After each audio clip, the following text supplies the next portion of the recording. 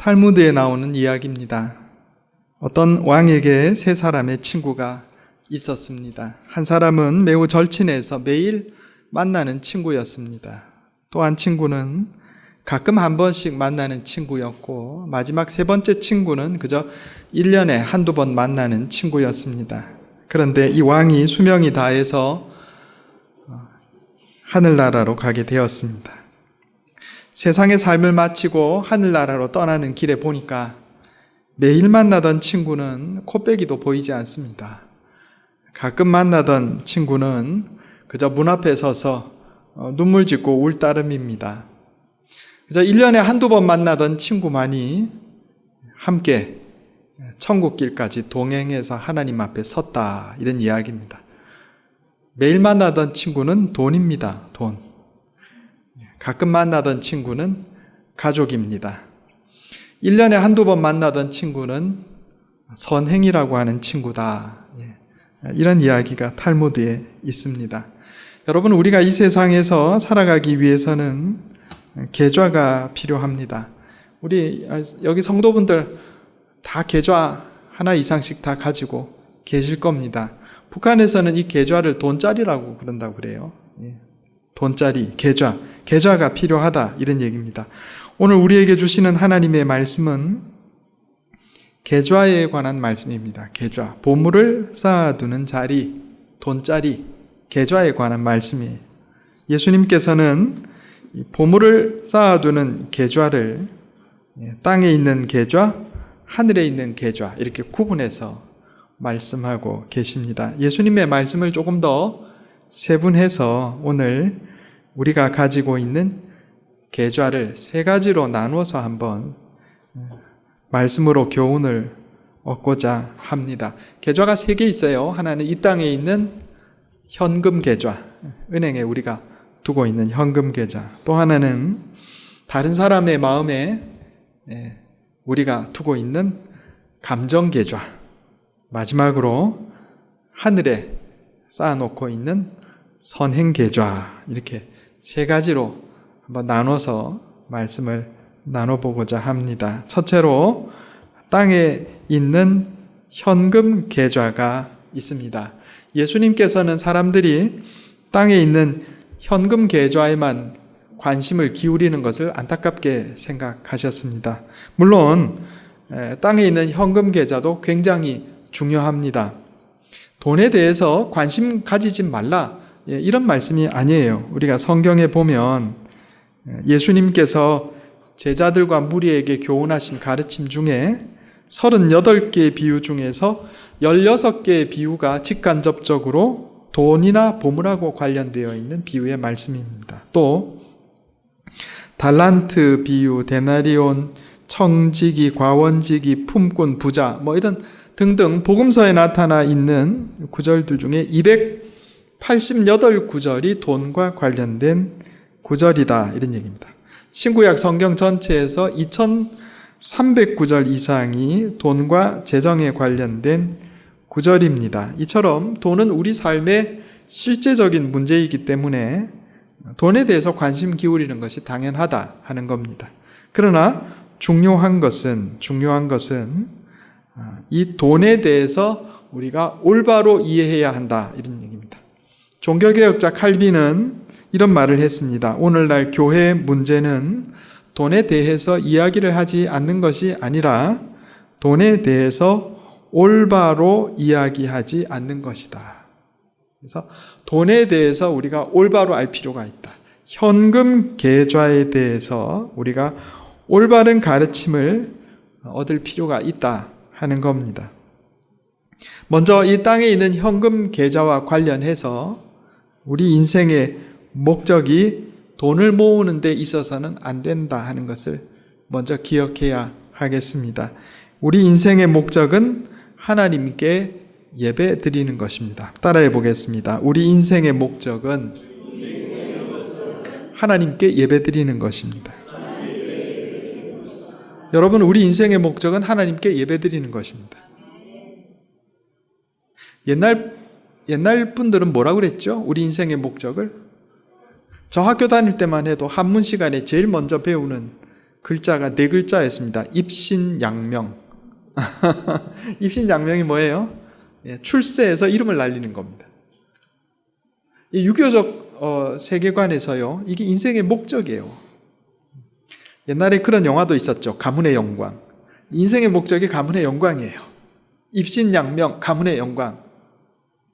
만약에 우리 그리스도인들이 인생의 목적을 그렇게 정해놓는다 하면은 겉껍데기는 그리스도인일지 몰라도 속알맹이는 그리스도인이 아닌 겁니다. 내가 예수 그리스도를 믿는 그리스도인이라면 내 인생의 목적이 하나님께 예배드리는 것이 돼야 돼요. 아니 목사님 일주일 내내 교회 와서 예배만 드려야 됩니까? 그 얘기가 아니죠.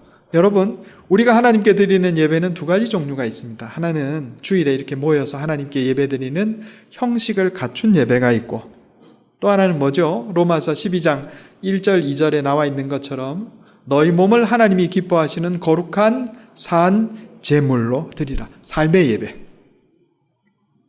우리가 살아가면서 하나님의 뜻대로 살고 하나님의 말씀대로 살고 하나님께 영광 돌리는 삶 자체가 하나님께 올려드리는 예배가 되는 겁니다. 우리의 삶이 하나님께 올려드리는 제물이 된다, 이런 얘기예요. 그래서 그리스도인의 삶의 목적은 온전히 우리의 삶으로 하나님께 예배드리는 것이 돼야 돼요. 하나님께서 사람을 왜 창조하셨나요? 하나님과 교제하는 존재로 만드셨어요. 사람이 하나님께 예배드리고 하나님은 사람과 교제하기 위해서 사람을 만드셨다, 이런 얘기입니다. 가인과 아벨이 하나님께 제일 먼저 드린 것이 뭐예요? 제사 드렸어요. 예배 드렸다, 이런 얘기. 하나님께서 이집트에서 노예살이 하던 이스라엘 백성들을 이끌어내실 때 어떤 목적을 가지고 그들을 이끌어내시고 노예살이에서 해방시켜 주셨어요? 내 백성을 보내라. 그들이 나를 섬길 것이니라. 내 백성을 보내라. 그들이 절기를 지킬 것이니라. 여기 섬기다는 표현이나 절기를 지킨다는 표현이나 다 예배드린다는 표현입니다. 하나님께서 이집트에서 노예살이 하던 이스라엘 백성들을 구원하신 목적은 하나님께 예배드리는 백성 만드시려고. 마찬가지입니다. 여러분, 에베소서에 보면 하나님께서 예수 그리스도의 십자가의 은혜 안에서 우리를 구원하신 목적은 우리로 하여금 하나님의 영광을 찬송하는 자 되게 하려고. 이걸 잊지 말아야 돼요. 그러니까 인생의 목적이 돈 모으는 데 있으면 안 된다, 이 말입니다. 이걸 명확하게 해야 됩니다. 돈이 중요해요. 우리가 살아가는데 돈이 필요합니다. 그러나 돈이 인생의 목적이 되면 안 됩니다. 2번째로 내 인생을 섭리 주관하시는 분은 하나님이시다 하는 겁니다. 따라해 보겠습니다. 내 인생을 섭리하시고 주관하시는 분은 하나님이십니다. 돈이 아니고, 돈이 아니고. 돈만 있으면 다 돼. 이것은 내 인생을 섭리 주관하시는 분이 돈님인 거예요. 돈님. 그러나 내 인생을 섭리 주관하시는 분은 돈님이 아니고 하나님이시다 하는 거예요. 우리 주님 예수님께서 이런 비유의 말씀을 하신 적이 있습니다. 어떤 부자가 밭에 소출이 풍성해서 심중에 이르되 내 곡식 쌓아둘 곳이 없어 창고를 더 지어야 되겠다. 그러고 내 영혼아 여러 해 쓸 물건을 많이 쌓아두었으니 평안히 쉬고 먹고 마시고 즐거워하자. 그랬는데 뭐라고 그랬어요? 예수님께서 너의 영혼을 오늘 내가 취하여 가리니 너의 재물이 누구의 것이 되겠느냐 그랬어요. 내 인생을 주관하는 분은 하나님이시다, 이런 얘기. 돈이 내 인생을 좌지우지하는 것 같지만 그건 겉껍데기 그렇게 보이는 것이고 실제로 내 인생의 주관자는 하나님이심을 믿으시기 바랍니다. 이게 믿음이에요. 3번째로 성경은 모은 재물로 하나님께 영광을 돌리며 이웃을 위해 바르게 쓸 것을 권면하고 있습니다. 따라해 보겠습니다. 모은 재물로 바르게 쓰고 하나님께 영광을 돌립시다. 여러분 노벨이라고 하는 사람 이야기 들어보셨을 겁니다. 노벨은 다이너마이트를 발명한 사람입니다. 그런데 어느 날 노벨이 죽었다는 오보가 났어요. 신문 기사에. 그리고 거기에 이런 내용이 기록이 되어 있습니다. 다이너마이트의 왕이 죽다. 죽음의 사업가, 파괴 발명가가 죽다. 이게 노벨이 큰 충격을 받았습니다. 그래서 그때 이후로 노벨상을 만들어서 인류에 공헌한 사람에게 자신의 재산을 투자해서 그들을 지원하는 사업을 하기 시작했다. 이런 얘기입니다. 록펠러 얘기도 들어보셨을 겁니다. 미국의 석유 재벌 록펠러라는 사람이 있는데 이분이 33살에 백만장자가 되었고 43살에 미국의 최대 부자가 되었고 53살에 세계 최대 갑부가 되었습니다. 그런데 그가 55세 때 불치병으로 병원에 입원하게 됐어요. 아, 내 인생 얼마 남지 않았구나 이런 생각을 하게 되었는데 어느 날 그가 휠체어를 타고 가면서 병원 로비에 있는 성경 말씀을 보게 되었습니다. 주는 자가 받는 자보다 복이 있다. 마음속에 큰 깨달음을 얻었어요. 그리고 마침 그때 병원 로비에 소란스러운 일이 생겼는데 보니까 어떤 어머니가 어린 딸을 데리고 왔는데 돈이 없어서 병원에서 입원을 안 시켜주는 거예요. 그래서 록펠러가 비서를 불러다가 아무도 알지 못하게 저 소녀를 도와주라 해서 치료비를 다 대주고 그 소녀가 병이 나았습니다. 그 소녀가 병이 나아서 병원 문을 나서는 것을 지켜볼 때 록펠러가 이렇게 고백했습니다. 저는 살면서 이렇게 행복한 삶이 있는지 미처 알지 못했습니다. 그래서 록펠러의 삶이 53살까지, 55살까지의 삶이 그저 돈을 모으는 삶이었다면 그 이후의 삶은 베푸는 삶으로 변화되었다 하는 겁니다. 나는 인생 전반기 55년은 쫓기며 살았지만 인생 후반기 43년은 행복하게 살았습니다. 그랬다고 하는 이야기입니다. 여러분, 누가복음 6장 38절에 남에게 주어라. 그리하면 하나님께서도 너희에게 주실 것이다. 우리가 현금 계좌가 필요한데 현금 계좌를 다루는 기술이 있어야 한다. 이런 얘기예요. 우리 인생의 목적이 돈 모으는 데 있어서는 안 되고 하나님께 예배드리는 것이 우리 인생의 목적이 되어야 하고 또 내가 돈에 의지해서 살아서는 안 되고 하나님이 내 인생의 섭리자시요 주관자이심을 믿고 하나님 내게 주신 재물을 나만을 위해서 쓰는 것이 아니고 다른 사람을 위해서 쓸 때 그것이 내게 진짜 보물이 된다 이런 얘기예요. 이걸 계좌이체라 이렇게 얘기할 수가 있겠습니다. 계좌이체. 내가 하나님께서 내게 주신 재물을 선한 일에 쓰면 그 돈이 어디로 가는 거예요? 하늘에 있는 선행 계좌로 계좌이체되는 거예요. 내가 이 세상의 삶을 마칠 때 땅에 쌓아둔 은행 계좌의 돈은 못 가져가지만 하늘의 선행 계좌에 계좌이체된 것은 여전히 내게 남아있다 이런 얘기예요. 그러니까 이걸 잊지 말아야 됩니다. 돈을 선하게 쓰면 그게 내 것이 되는 거예요. 모아두기만 하면 내 것이 안 된다 이런 얘기입니다. 두 번째로 다른 사람의 마음에 개설하는 감정계좌라는 것이 있습니다. 따라해 보겠습니다. 감정계좌. 이건 제가 지어낸 말이 아니고 여러분 읽어보셨을 거예요. 성공하는 사람들의 7가지 습관이라는 책을 쓴 스티븐 코비 박사, 이분이 그 책에 이 감정계좌라는 이야기를 합니다. 이것은 우리가 은행에다가 돈을 집어넣으면 통장에 돈이 쌓이고 돈을 빼면 빠지고 그렇잖아요. 비슷하게 은행은 아니고 다른 사람 마음에 내가 입금할 수도 있고 인출할 수도 있고, 그런데 돈이 아니고 그건 사랑입니다. 사랑. 내가 다른 사람에게 사랑을 베풀면 그 사람 마음에 내 사랑이 입금된 거예요. 이 감정계좌입니다. 내가 그 사람을 미워하고 못된 소리하고 나쁘게 대하면 그 사람 마음에 있는 내가 입금했던 사랑이 도로 빠져나오는 거예요. 이게 감정계좌입니다. 그런데 그러니까 감동과 사랑을 주면 다른 사람의 마음에 감정 계좌가 올라가고, 섭섭하게 만들면 다른 사람 마음의 감정 계좌가 감정 계좌에 있는 보물이 빠져나온다, 이런 얘기예요. 주선영이라는 분이 쓴 책이 하나 있는데, 인생의 절반은 행복하게 살자, 뭐 이런 책을 썼어요. 제가 그거를 읽어보면서 재밌는 글을 하나 발견을 했습니다. 이분이 쓴 글이에요. 나는 30대 중반쯤에 동갑인 여자와 결혼을 했다. 처음 8년간은 결혼 생활이 지옥과 같았다. 지옥과 같았대요.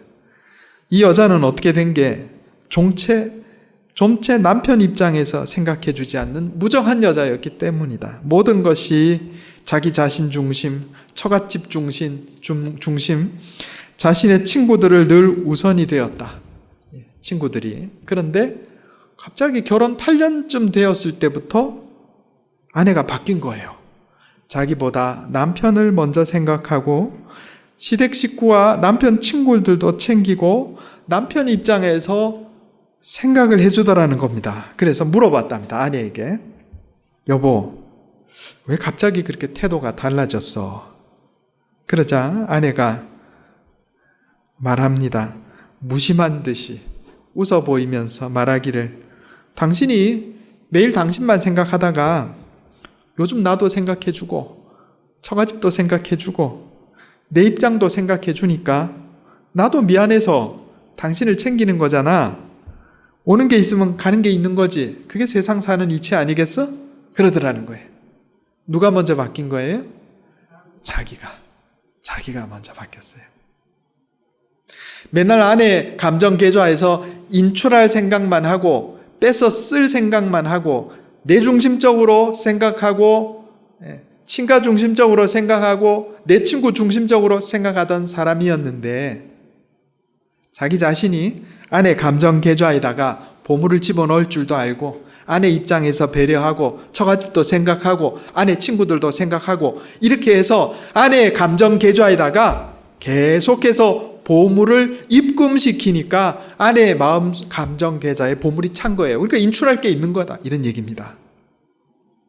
안타깝게도 우리의 관계 계좌는 대부분 마이너스 상태일 때가 많다. 마이너스 상태일 때가. 우리가 실수를 했을 때 다른 사람과 나와의 관계, 감정 계좌에 보물이 가득 차 있으면 그 실수는 그냥 묻혀버리는 거예요. 그럴 수도 있지, 이러고 넘어간다, 이 말이에요. 그런데 저 사람과 나 사이의 감정 계좌가 다 마이너스단 말이에요. 그러면 작은 실수도 그냥 넘어가지 않습니다. 이게 문제가 되는 거예요. 교회가요, 성도들 간에, 목사와 성도들 간에, 성도와 성도들 간에, 목사와 장로들 간에, 장로님들 간에 감정 계좌에 보물이 쌓여 있으면 작은 문제가 발생해도 쉽게 넘어갑니다. 그게 문제가 안 돼요. 그런데 성도들 간에 감정 계좌가 다 마이너스면 작은 문제 하나가 불씨가 돼서 온 교회가 화마에 휩싸입니다. 우리가 세상에 있는 은행에다가 저금한 현금 계좌에만 신경을 쓸 것이 아니고 다른 사람과의 관계, 감정 계좌에도 신경을 써야 된다, 이런 얘기예요. 특히 가족들. 아버지가 자식을 야단치는데 아버지가 평소에 자식의 감정 계좌에다가 사랑을 많이 입금해 놨으면 무슨 야단을 쳐도 아이가 삐뚤어지지를 않아요. 그런 또 평소에 감정 계좌에다가 입금한 적은 없고 그저 계속 섭섭하게만 해가지고 감정 계좌 마이너스 만들어 놓고는 야단치고 내 말 안 듣는다 그러니까 안 되는 거예요. 그게 감정 계좌가 마이너스인데 무슨 말이 고깝게 들리겠냐, 이 말이에요. 부부관계도 마찬가지입니다.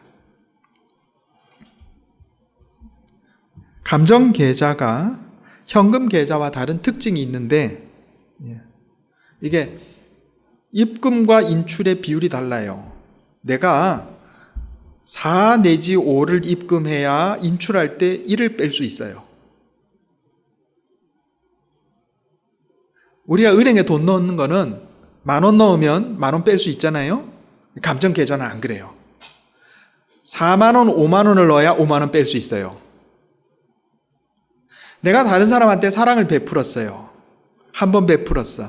한 번 섭섭하게 했어요. 그러면 또이 돼가지고 영원히 될까요? 아니에요. 그건 마이너스 3이에요. 마이너스 4예요. 우리가 악해서 그래요. 내가 다른 사람을 한 번 섭섭하게 해서 어떻게 하면 이것을 다시 마이너스를 제로로 만들 수 있을까요? 4번 내지 5번 사랑을 베풀어야 돼. 성경을 읽으면서 아주 재밌는 것을 봤어요. 출애굽기 22장에 보면 사람이 소나 양을 도둑질하여 잡거나 팔면 소 한 마리에 소 5마리로 갚고 양 한 마리에 양 4마리로 갚을지니라.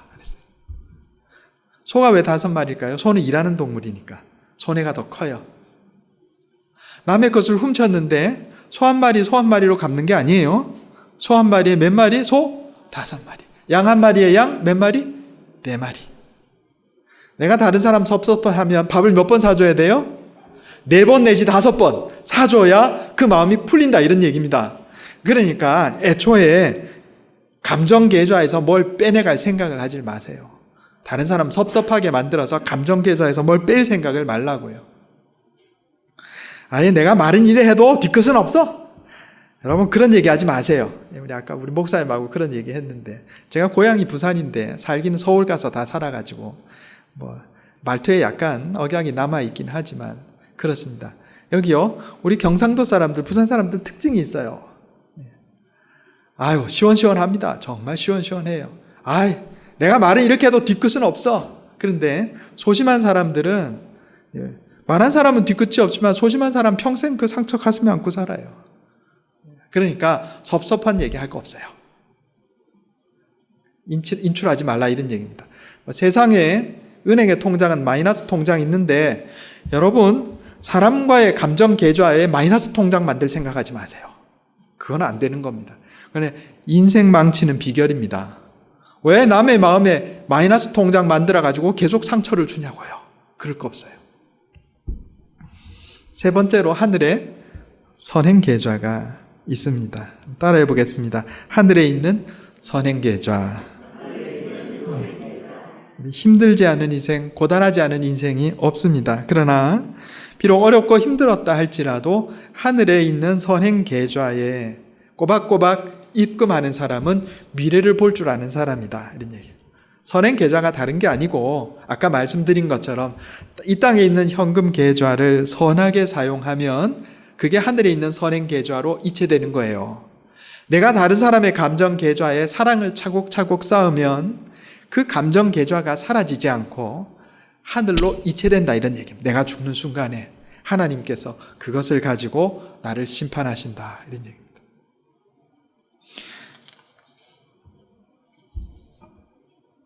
어느 무더운 여름날에 미국 메릴랜드의 한 마을에 남루한 복장의 청년이 나타났습니다. 서적 외판원, 요즘 이제 잘 없는데 옛날에는 돌아다니면서 책 파시는 분들이 많이 있었어요. 이 청년이 더위와 굶주림에 지쳐 있었습니다. 그래 마을 입구에 어느 집에 방문을 했는데 한 아가씨가 이 청년을 맞이했어요. 그리고 말합니다. 우린 너무 가난해서 책을 살 수가 없어요. 대신에 제가 드릴 수 있는 것을 드릴게요. 그리고 쟁반에 우유 2잔을 담아다가 청년을 대접을 했습니다. 20년쯤 지난 후에 이 메릴랜드 한 대형 병원에 여성 중환자가 실려왔어요. 이 병원장 하워드 켈리 박사라는 분이 의사들을 총동원해서 이 여자 환자를 살려내었습니다. 그러나 진료비 청구서를 보니까 1만 달러가 넘어가는 거예요. 이제 한 20, 30년 전에 1만 달러면 엄청난 돈입니다. 그래서 이걸 어떻게 내나 하고 한숨을 쉬고 있는데 이 치료비 청구서를 뒤집어 보니까 병원장이 쓴 짤막한 편지 한 장이 붙어 있었습니다. 20년 전에 저에게 대접한 우유 2잔이 치료비입니다. 그 학생이 공부해가지고 의사가 된 거예요. 그리고 이 여성이 실려오자 그가 누군지 알아본 것이죠. 여러분, 이것은 우리가 세상에서 돌려받은 겁니다. 그러나 세상에서 돌려받지 못해도 내가 이 땅에 있는 현금 계좌 인출해서 하늘의 선행 계좌에 이체시키고 이 땅의 감정 계좌에서 내가 감정 계좌에 차곡차곡 내가 입금해서 내가 죽는 날 그것이 하늘의 선행 계좌로 이체되게 되면 하나님께서 그것을 가지고 우리를 심판하시고 판단하실 것이다, 이런 얘기입니다. 우리 인생에 세 가지 계좌가 있다는 거 우리가 잊지 맙시다. 자꾸 우리는 현금 계좌만, 은행 계좌만 생각한다 이 말이에요. 다른 사람 마음에 있는 감정 계좌, 하늘에 있는 선행 계좌, 사실은 이것이 우리가 이 세상의 삶을 마치고서도 하나님 앞에서 내가 하나님 앞에 내어드릴 수 있는, 사라지지 않고 여전히 하나님 앞에 보여드릴 수 있는 내 상급이 되는 것을 잊지 말아야 하겠습니다. 이런 은혜가 저와 여러분에게 함께 하시기를 예수님의 이름으로 축원합니다. 기도하겠습니다. 하나님 아버지, 감사합니다. 오늘 말씀으로 우리를 깨우쳐 주셔서 감사합니다. 우리 주님 예수님께서 하늘에 보물을 쌓으라 하셨습니다. 우리는 어리석어서 그저 이 땅에 현금 계좌만 신경 쓰고 은행에 돈 쌓는 것만 신경 쓸 때가 많이 있습니다. 그러나 우리 주님께서 말씀하신 것처럼 내가 언제 하나님의 심판대 앞에 설지 알지 못하는데 다른 사람의 감정 계좌에 사랑을 입금하고 하늘에 있는 선행 계좌에 선행을 입금하는 지혜로운 자 되게 해 주시옵소서. 그래서 마지막 날 내가 하나님의 심판대 앞에 섰을 때 하나님께 칭찬받고 상급받는 주의 백성들 다 되게 해 주시옵소서. 이것이 내 힘과 능력으로 되지 않음을 고백합니다. 날마다 말씀으로 우리를 깨우쳐 주시고 성령으로 인도하여 주시옵소서. 우리 주 예수님의 이름으로 간절히 기도하옵나이다. 아멘.